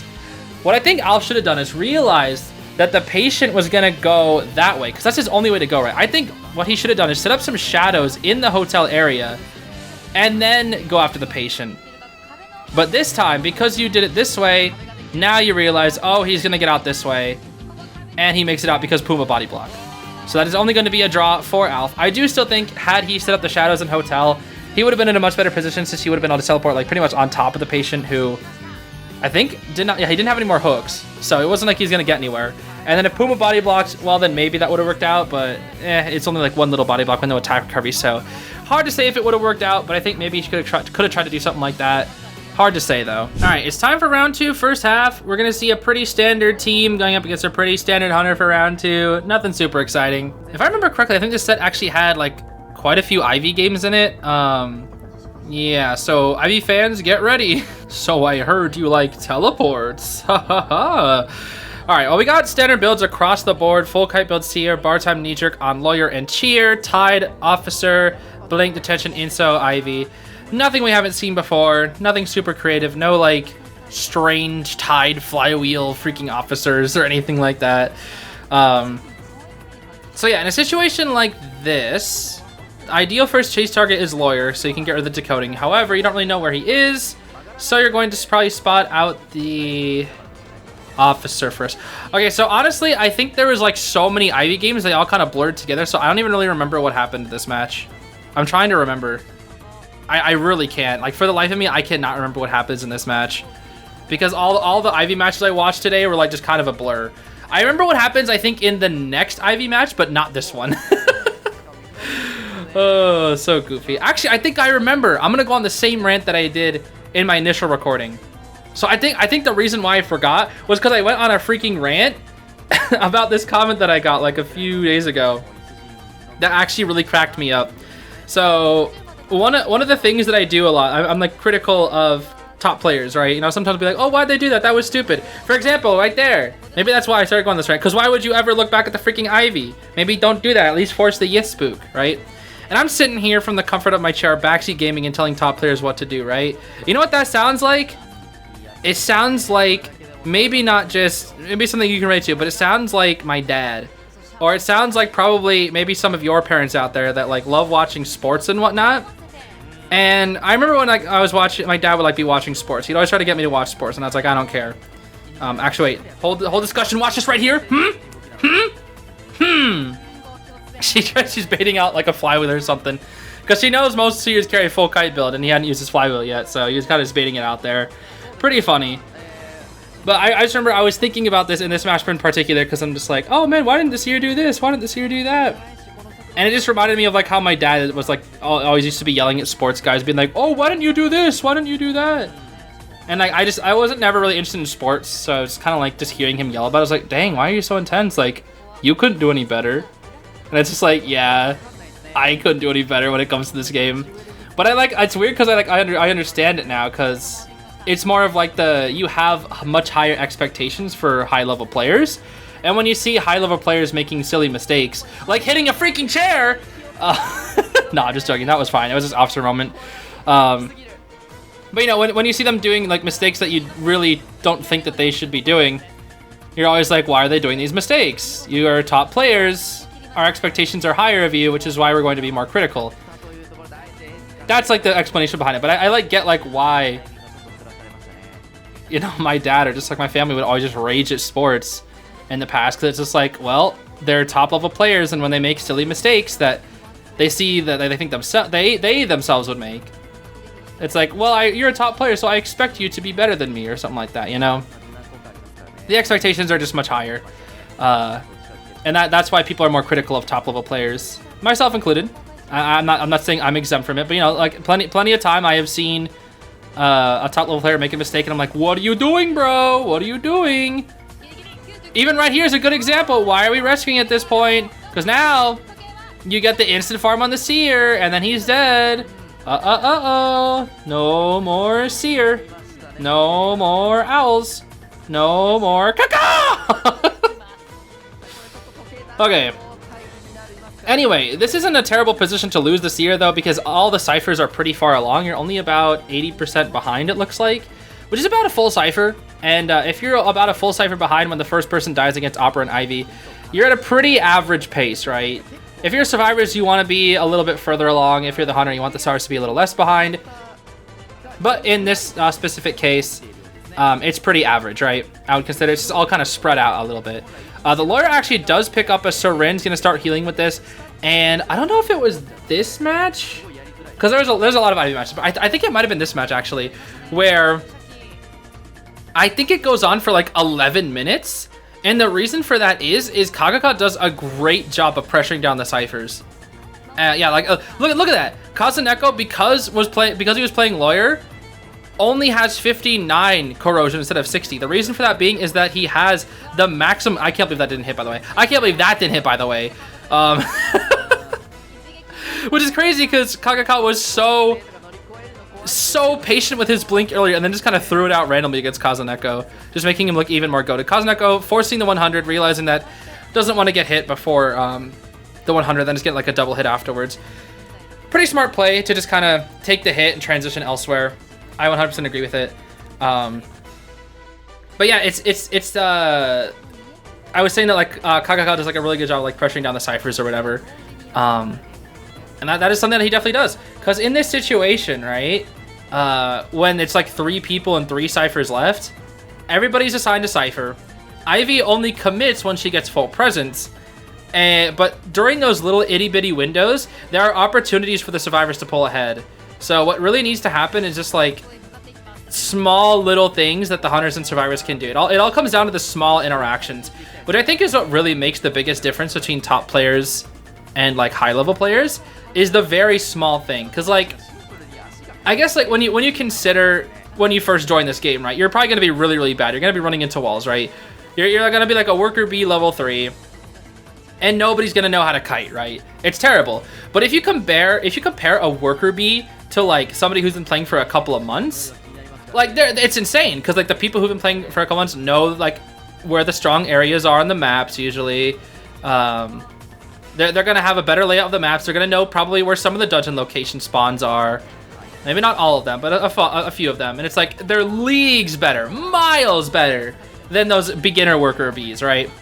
And then you compare those people who like are a little bit all right to like the mid-level players, right? That make a lot of mistakes, but still have like the fundamentals of their game down. And they might have a good amount of game sense. Like they know, everybody in the mid-tiers like knows how to pop the cipher. They all know where the strong kiting areas are. They all know where the exit gates are. They all know where the dungeon locations are. That's the thing. But like as you go higher up, right, the differences in the skill levels are a lot more difficult to notice. Because like I could see a lot of mid-level players doing the stuff that I see top players do, but it's the mind games, it's the very precise interactions, techniques, and game sense that like the top level players have over like the high level players. And I think that is what really comes down to it, especially in a lot of these games. Like you see how Kagaka right now is just like forcing people off the ciphers, committing to the weakest target, which in this case is going to be the officer, pressuring down everybody is ciphers and getting their resources and whatnot. It even has the blink to use as well. Like everything that watch, actually peep this, ready? Kazuneko's work on the cipher, work on the cipher, work on the cipher, work on the cipher. Right around 60, gets off the cipher and vaults the freaking thing, but Kagaka blinks. Kakaka blinks instead. So Kazuneko actually mind-gamed Kakaka there and forced him to use the blink, which was kind of crazy. It was kind of crazy. I remember when I first saw that, I was like, yo, that's crazy. But that's just what I mean, right? That's just what I mean. It's like those little interactions. It's like what mid-level player would continue working on that cipher? A good amount of them would probably leave the cipher, right? A good amount of them, if they would stay on it, they'd just be like, oh, she's not going to teleport to me. And then, like, what if she just does? What if she just does, right? You can never really know. Now she's going to like teleport back to the officer. It's just all these little interactions. And, like, whenever one top player slips, it always comes down to who can adapt and catch up the fastest, right? With the tools that they have available. And I think that is why top level IDV is just so fascinating. Bonk onto the cheerleader. Sorry, that was probably a really loud bonk. I put my soul into that bonk, dude. Breaking this pallet for no reason, funny. I actually know that's not so much a no reason, because you can vault it and like get behind the cipher there. I would say, yeah. See, this is where I think the match like got really interesting, because everybody at this point is injured, right? Everybody's injured. All the ciphers are being worked on, but a lot of them have tablets on it, right? Like, see, there's a tablet on this cipher. There's a tablet back on the first stop cipher. So nobody can really just go for it safely because they're all injured. The only one who is working on a cipher right now is the officer, but the thing is, that one is pretty far behind, but it is catching up. And that's what I mean. This is the opportunity that I was talking about, right? This is the opportunity. So using the opportunity of the Ivy walking away, Kazuneko's tried at least, potentially, not going to now, but was thinking about going into that tablet. And now that the officer cipher is getting a little bit too close, we're going to possess onto the officer now. But he only has 58 corrosion instead of 60, so he can't die immediately here. You can drop the pallet here, and you're going to have to keep straight line gaming. But the ciphers are moving. Kazuneko is back working on the cipher, and Hamato is breaking the tablet, and it's probably going to start working on the cipher here as well, or at least get posted up on the gate or something. Yep, going to work on the cipher instead. And at this point, you're probably just going to pop, because they were so desperate to make that pop. And that's why I thought this game was just so interesting with this Ivy game, because it's just like all those little interactions. I think like Ivy is just like the best example of it, because a lot of Ivy is just strategy, right? It's just strategy, pre-positioning, and knowing exactly when to do things. And I think a lot of that is really hard because there's just so many little situations, and you never really know what the best course of action is until like after it's already over. So she tries to get a blink, but the officer probably either one blink predicted or she just missed. I think it was a blink prediction though. You can probably look in the bottom left and see how accurate of a blink prediction that was, but that was still kind of crazy. I actually don't remember that. I'll be honest with you, I don't remember that. I was probably ranting about something in my first go around. I don't remember that. That actually looked like a blink prediction. But yeah, because the cheerleader was possessed earlier, Kakaka is unable to possess once again and prevent the door from being opened. So now Kazuneko is going to try to go to the gate, but realizes, uh-oh, the Ivy's there now. So she's going to go back for the officer instead and just go to try to down him. Downs him instead. Easy enough. But then Kazuneko gets a free escape, and it ends up being a draw. So yeah, Kakaka tried their best. Worked really hard to try and make it more than a draw. But, you know, ZETA is just goated, bro. Well, it's time for round 2, second half. It's going to be another Ivy, like I was saying earlier. And I believe this is the match where the dancer was being really weird. Like, you look at these spawns, and they're probably fine, right? I don't really know how Ivy spawns work fully, but I guess just because 3 people here have elevation, that was, like, my biggest guess. Mercenary doesn't, but he's far away. I'm not really sure why the Ivy decided to spawn over in the corner as opposed to the Cypher Bridge, or the bridge, working carousel bridge. I don't know why. I really don't know why she spawned there. I don't know. I don't understand Ivy spawns, bro. I'll be real with you. But the biggest difference between this Ivy and the other Ivies is that this one has warp, not blink. And this is also a flywheel truthing team. We got borrow time flywheel on the entire team except for Merc. So flywheel truthing team out here to play. And yeah, I think it's pretty early on where this dancer just made me really confused as to what she was doing. So I want to see a bit of a replay of this, because I really didn't understand why she was doing this. She tried to get the spook, misses it, doesn't get it, sets up the tablet right here by these ciphers. Dancer's like, okay, let me put down a slow box, and then loop the freaking area. Look at this, look. She's like staying in the freaking tablet, and then you're just like, okay, cool. Why not just take the free hit then? Why did she do that? I still don't understand. Like, maybe she's gonna try and like force around 100 and then fly with a corrosion, but then you just die. You just die. Still warp. So like, that was what I was so confused about. Why would you ever do that? What was the game plan? I don't understand, bro. Doesn't make any sense. Doesn't make any sense, bro. Oh, yeah, by the way, that's not the only thing that's goofy in this freaking game. You're about to see another goofy thing. Yeah, AXIZ, I don't know what was up with them this round. Or, this specific game. Because they were being weird. They were being weird. I mean, the dancer decides to, you know, ooh, look at that. That looks like an Oreo with a bite taken out of it. I want to stay near the tablet. I love tablets. I love Kindle Fire. And then, you know, the coordinator was like, ooh, I love Oreos. I think I will shoot the chair.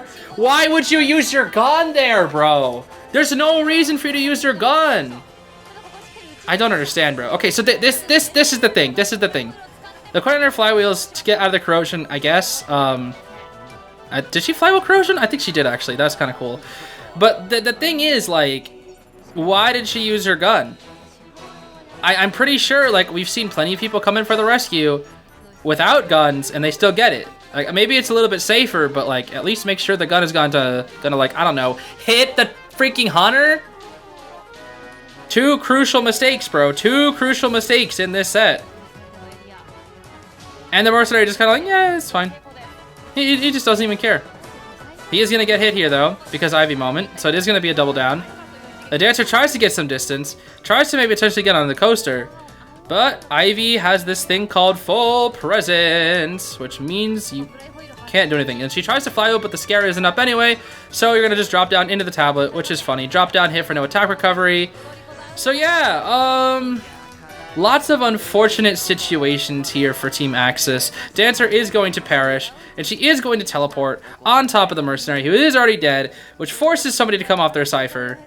And as you can see, they don't have the cipher progress. So, yeah, things aren't looking too good. I mean, Aeroplane still has a good amount of resources. Neon's got nothing. Mercenary has 2 elbow pads. And in this situation, it's a little tricky, right? It's a little tricky, because you spook the Aeroplanist, and you might have a good chance of getting a double down situation here, because he's right on the edge. Very careful of when he comes in. Now he's going to come on in. He gets the rescue, and then sabotages the freaking Merc. Because he's like, oh, here's the idea. Let me just hover. Forgetting about the fact that he would shove his friend, too. Oh, my gosh, dude. I mean, honestly, I kind of forgot that that was a thing as well. But it's just like that kind of thing. Like, you'd expect top players to, I don't know, not have that happen to them. Oh, it's just so funny. Like, the Aeroplan's got the rescue, and he said, you're on your own, buddy. The mercenary didn't even get a chance to use this elbow pad or anything, dude. Oh, it was so funny. I was cracking up the first time I saw that, dude. It was so freaking funny. This is what I mean by AXIZ just being goofy in this game. Hitting a chair, sitting in the tablet, hovering and killing your friend. Like, everybody on this match, except for the mercenary, honestly, has kind of flopped a little bit. Now, don't think I didn't see the Aeroplanist get that goated flywheel. That was pretty clean. But the mercenary had to use up both elbow pads to escape.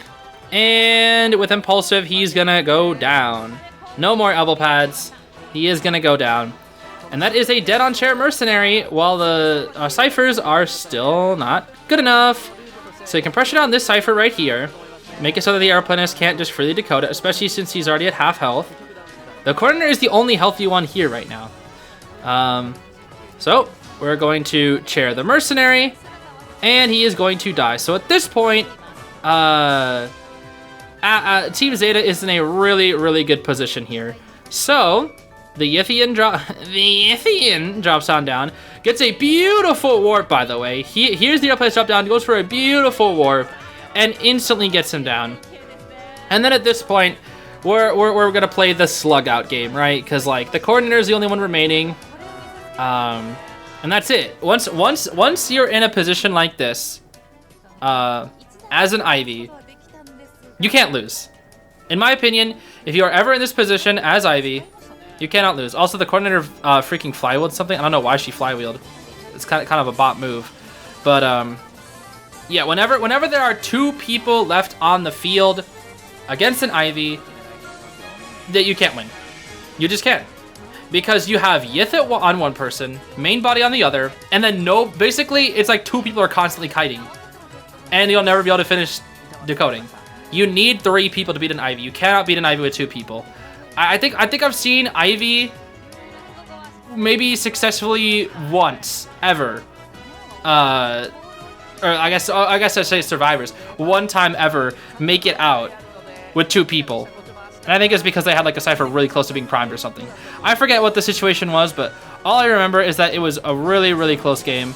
And I think it was only like a 1 escape anyway. Oh, that's crazy. I didn't know the Ith could cross over that. Oh my gosh. Anyway, yeah, the coordinator found a ball, uses up the ball, gets spooked. And at this point, oh, peep this warp, by the way, guys.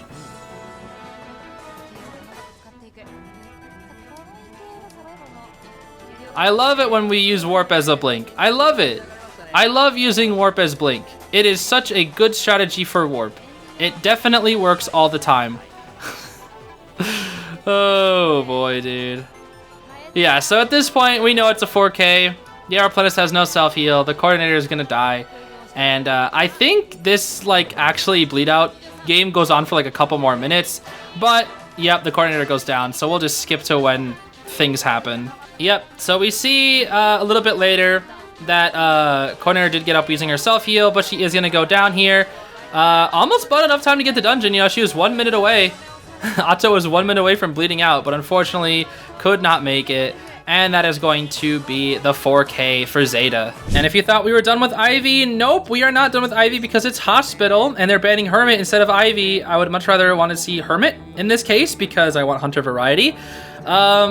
So yeah, another Ivy game. I don't hate Ivy games, but man, when I have to watch this many, I kind of just want to see like hunters that actually chase people and not just spam teleports. Not that I mind the strategy of it all, but anyway, it's Aeroplanist, Mercenary, Dancer, and Lawyer on the team. Nobody's got Hospital because it's an Ivy. Makes sense. You want to make a Hospital open to transition to later in the game. While Ivy spawning Shack, and yeah, Kakaka. I think last time he played Ivy on this map, he didn't really do too hot. He felt really unconfident. And don't get me wrong, part of the reason of that is because of Hospital, but you know, you still are one of the better hunters in the game. But it is also still Hospital, so you know, Hospital's broken, bro. Most of our side of map in the game, said it 1,000 times. I'll say it 1,000 times more. Nerf Hospital. I hate this map.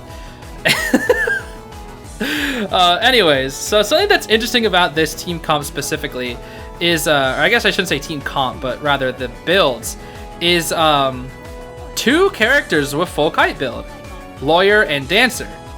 Not entirely sure why they had 2 full kite builds, but I think it's just they just really wanted a little bit of extra oomph. Because in the last round, Zeta got a 4K, so they really don't want to lose those points. So they just want to get like maybe 1 or 2 people out here, because it's more survivor-sided, right? So they want to take advantage of Hospital strengths, get those full kite builds, and just make it a pain for Kakaka. Really just make it a pain for Kakaka here. So Aeroplanist is just kind of sitting on the other side here, realizing that the Ivy can't touch him unless she goes for the blink. So she says, okay, today I think I will use my blink. I had to wait for the timing. Now watch Kazuneko here. Fire you. Kazuneko, my goat, bro. Following the corrosion. So goofy. And he actually does hover. I don't know why he hovered here. I think he just wanted to get like distance into Hospital. But she pressured down Shack Cypher while also trying to make it so that, you know, Kazuneko couldn't go there. So I guess he just wanted to use the hover to just get a bunch of straight distance to go towards Hospital, since it's such a good kiting area. And he's going to touch this Cypher here for I think a few seconds just so he can apply that 2% decoding buff onto it. For those who don't know, Aeroplanist does not technically have a 2% decoding buff. He just touches Cyphers and gives them that buff. So even if he touches a Cypher, it automatically has a 2% buff to whoever decodes on it. So that's pretty cool. It's just like a little tuning thing. It just makes them go a little bit faster. So while he technically has, or while he has a 2% decoding buff, he also can like let anyone else have it just by touching that Cypher. Now I think if I remember correctly, I think Kazuneko gets a bit of an oopsie here. Yeah, he gets red lighted. And you know, it happens to the goats as well. I don't really see Kazuneko fall for those sort of tricks all the time, but you know, it happens to the goats. Not everybody's perfect. We can make some mistakes. And I know it's kind of counterintuitive to what I was saying earlier, but it didn't feel like a silly mistake, right? Kind of just like, oh, you got red lighted. That just happens to the best of us, bro. It wasn't like you shot a freaking chair or walked into the tablet on purpose or something. But yeah, we do see a pretty early rescue from the mercenary, using up the tide turner right away. And the thing is, though, the ciphers are looking pretty good. We almost have 4 ciphers done, and that was the Aeroplanist's first chair, because they have just been cipher rushing this Ivy right now. But with full presence, Aeroplanist actually does avoid the full presence ability, has the Dancer box here to kite around with a little bit. She's going to drop this pallet, and she's going to, I think she tries to possess the Dancer here next to try and give some more corrosion to Kazuneko, but look what just came up for Kazuneko, the flywheel. So you know what he's going to do? He's going to use the tablet to his advantage and flywheel the corrosion for a second time this match. Kazuneko, pretty goated, I must say. And now he's in hospital, has a slow box to play around with. That lawyer is decoding at 47% speed, or 47% faster than normal because of accelerated decoding, 15% from his buff, and then 2% from the Aeroplanist tuning. So he's decoding that thing at 47% faster, which is kind of crazy to think about. But Kazuneko is likely going to die to the blink here. Yep, he dies to the blink.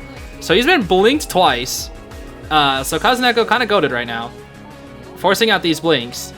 And this is only his second chair. We are going to try and repossess the lawyer here. Can't do it quite just yet. But now the Dancer can come in for the rescue. Now, this is a little bit risky because the Dancer does set up the slow box to make the rescue go off a little bit easier because the Ivy will be slower. However, she does not have borrowed time, which is going to make this a little risky for them to go for. But I just want to say, everybody, we're about to hit the end game, and I just want to say pay attention because this end game goes hard. This is like one of the craziest Ivy end games I think I've seen in a while. So, we're going to try and get the rescue here on the Aeroplanist. Rescue goes off, and the Dancer does get the body block. But you don't want that Dancer to go down. She is a spook away, but because she didn't use fly or anything, they didn't realize that the Dancer had no BT. So you hit the Aeroplanist instead, not the Dancer, and you're gonna try and kill him instead. So this is where Kakaka goes for some crazy plays. And honestly, this I think goes on for like a solid like 4 to 5 minutes. But this endgame is actually beautiful. I want you just to pay attention to this entire endgame because it is actually beautiful. So Aeroplanist and the Ivy were playing a little bit of patty cake there, just looking at each other through the walls, saying hi. But the mercenary used up an elbow pad to get away from that full presence. Very good elbow pad, but he only has one more left to use. And we are going to see Kazuneko get a little bit greedy and go for the gate here. But Kakaka is pressuring down both gates, one with the main body and one with the Ithian. So we are going to, yeah, and there's a tablet on this gate already, so things are already looking a little tricky, right? So we're going to see Dolisu pick up a syringe while Kazuneko is trying to avoid full presence. At 99, because of the borrowed time speed boost, flywheels the corrosion for a third time in this game. 3 times in one game, Kazuneko has flywheel the corrosion thanks to these tablets. Maybe it's just the positioning that he got really, really lucky in, but that was kind of crazy. Also, I'm going to be honest with you, I don't really know what happened to the freaking syringe, or the elbow pad. I thought the mercenary had one more elbow pad. But, yeah, Kazuneko does try to just vault that, and they're like, okay, maybe we can open up the gate while she's chairing. But she opts to not chair the dead-on chair Aeroplanist, but instead go for the mercenary that she saw over here with the Ith. And now, things are looking kind of tricky because the lawyer is right here, too. So you can get the lawyer down. You hit that mercenary so he stops working on the gate. You want like as little gate decoding progress as possible. But since you know that the Dancer is going back toward that Aeroplanist right now, lawyer flywheels for a potential blink because he was scared of it. And then guess what? Kazuneko gets blinked for a third time. Kazuneko got blinked 3 times this game and flywheeled corrosion 3 times. This man is the GOAT, bro. This man is the freaking GOAT. So, because you're scared of the mercenary being able to crawl out potentially if somebody opens up the gate, you're going to want to chair him. But you also want to chair the Aeroplanist. He did use up his self-heal, but you really want to chair him because you really don't want him in this game any longer because you know he's dead on chair and he's going to be a thorn in the back of your side if he gets back up. But that means you also know where the lawyer is. So, you hit the Dancer here, detention is gone, so she can get that rescue. But now you're like, okay, well now that I have no detention, I kind of have to go for this Aeroplanist right here. So you possess onto the lawyer, keep the Yith back over here, and then teleport over there, and make it so that he can't heal him in time since the healing limit will be at 60% due to the Path of Insolence. So now we can finally chair the Aeroplanist after all this time. And it looks like somebody fly with the corrosion. I believe it was the dancer here with that wand. And now the mercenary is heading toward the other gate, despite not having any items. So everybody here is in a really, really weird position, right? Because here's the thing. You're pressuring down both gates still. But the only one who can really work on a gate is the lawyer. But the lawyer doesn't really have any items to do anything with. In fact, most of the team doesn't really have any items. A lot of them are at half health. So what are they supposed to do? Neither gate is open. Basically, everybody dies in one hit except for the lawyer. So what are you supposed to do in a situation like this? Well, you wait and you get items. That's what the dancer's doing. The dancer is getting items right now. Ideally trying to find a syringe, because here's the thing. The pressure is on the hunter to commit, not the survivors. They can just keep sitting in middle like the entire day and just keep digging up items and whatnot. Whereas Kakaka, being the hunter, has to commit. Because if you don't commit, the survivors are going to find a way to just take the game from you. They're going to open up every chest, they're going to have more resources, and then you're going to have to commit to them longer because of said resources. So that is what's tricky here. You see that the dancer is here. You know the lawyer's in between. Like, she knows everybody's location. She's got everybody on marks. And this is what I'm talking about, dude. This is what I'm talking about. This is the power of Ivy's endgame, because nobody wants to go down. Because then if somebody goes down, that's going to be scary. And it's going to be hard to open up these gates. But the only reason it's going on for this long is because Kakaka has yet to commit to anything yet. Kakaka is simply just playing Ivy Law. But now that you see that the lawyer is there, you're going to move the youth back here, and you're going to teleport onto the lawyer. And he doesn't fly with a corrosion, but he is at full health. So he can get away.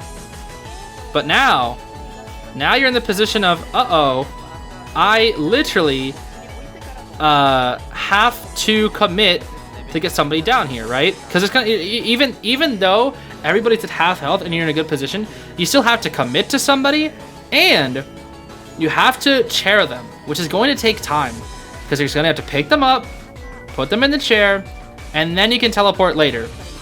And that's the whole thing.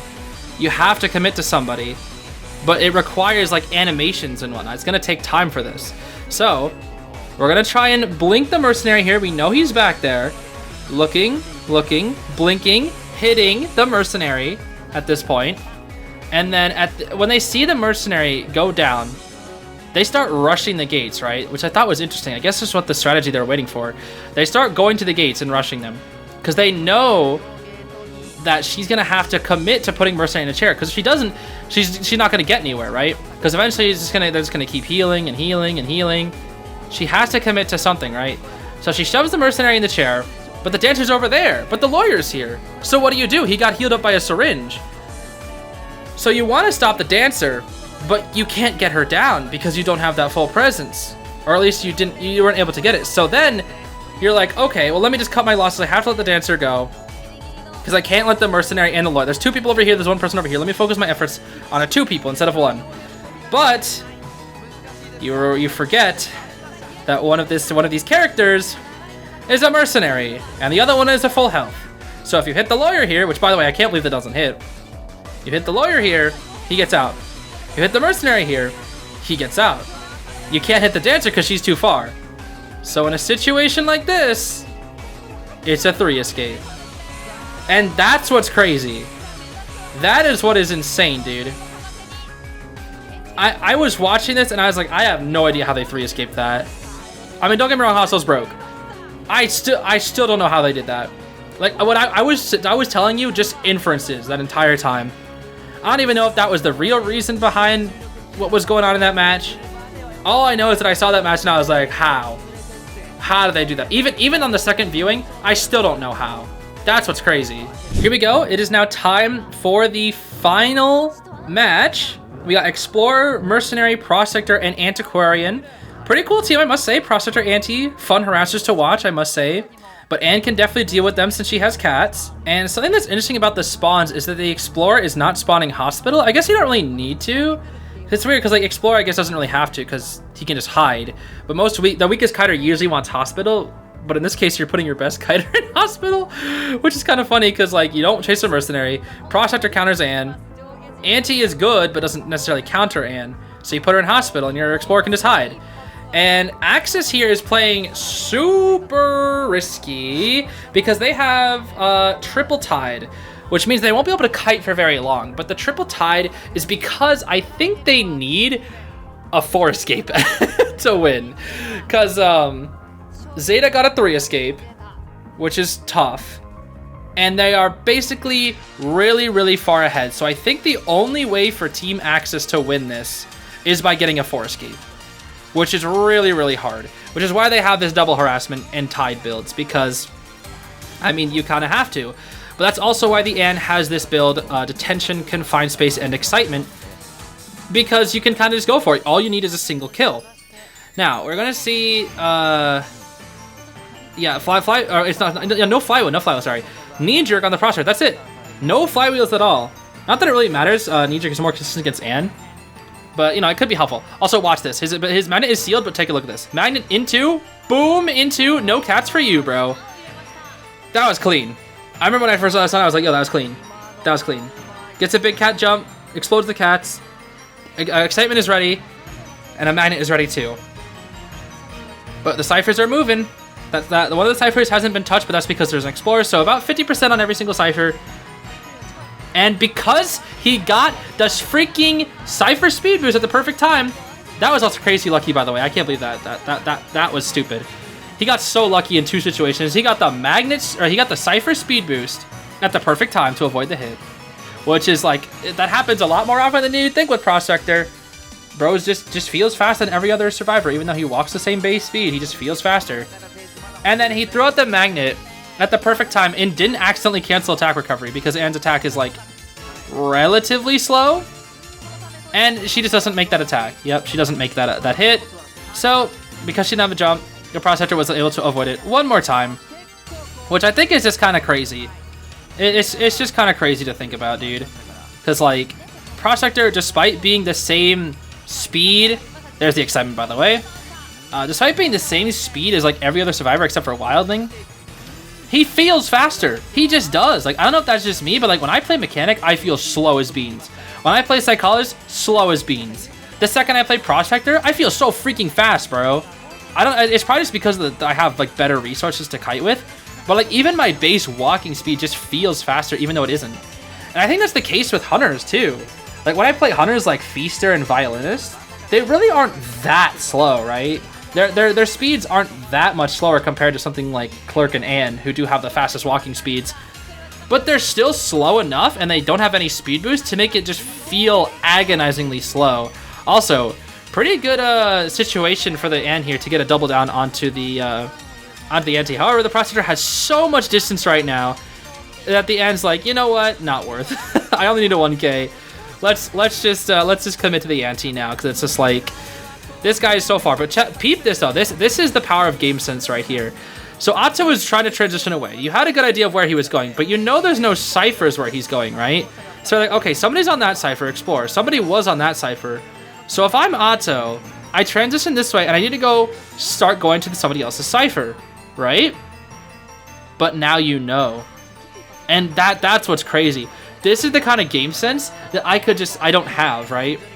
When somebody gets too far away from me, I get lost. But not Alf. Not Alf, dude. This level of game sense was crazy.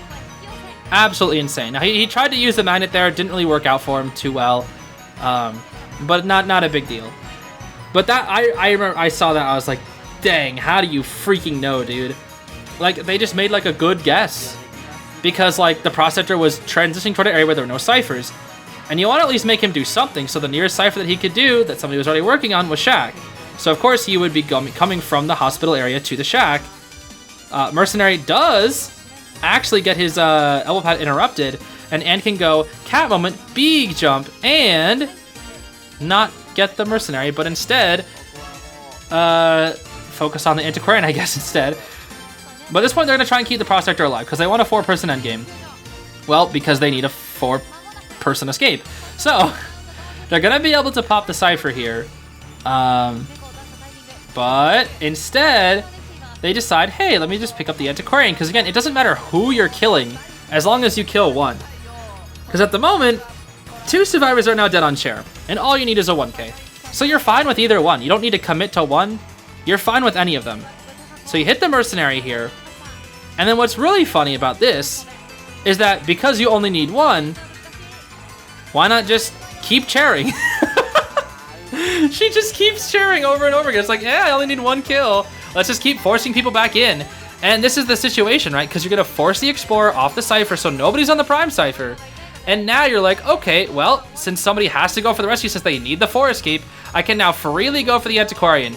Well, remember how I mentioned how Prospector feels faster than other survivors? And you know how you think you shouldn't be able to pop it? So he pops it. And for some reason, the Antiquarian decides she forgets what her flute is. I mean, she had excitement anyway, so it wouldn't have mattered. It was going to be a kill anyway. But I still think it was kind of funny. I think that's the reason why she didn't, because she knew she would have had excitement. But yeah, that's the 1K, which means it is going to be the set win for ZETA. Unfortunately for AXIZ, they almost had it, but it just wasn't enough. They get the 3 escape, but the 3 escape is not enough. Because of the 4K into 3 escape, it was just too many points to catch up to. So ZETA is going to be the winners of the second set of the day, or I guess the third set of day 10, but the second set that we're watching today. So the second set of our day. Yeah, guys. Whew. I have been recording for way too long because I just finished re-recording this video and I'm gonna cry now, bro. And that, of course, is going to be it for today, everybody. Thank you so much for watching. I'm so glad that I am done recording this. I really hope I don't have to record it for a 3rd time. I might actually break down and sob if I had to do that. But yeah, that's going to be it for today. Thanks for watching, everybody. I hope you have a great rest of your day. Bye-bye.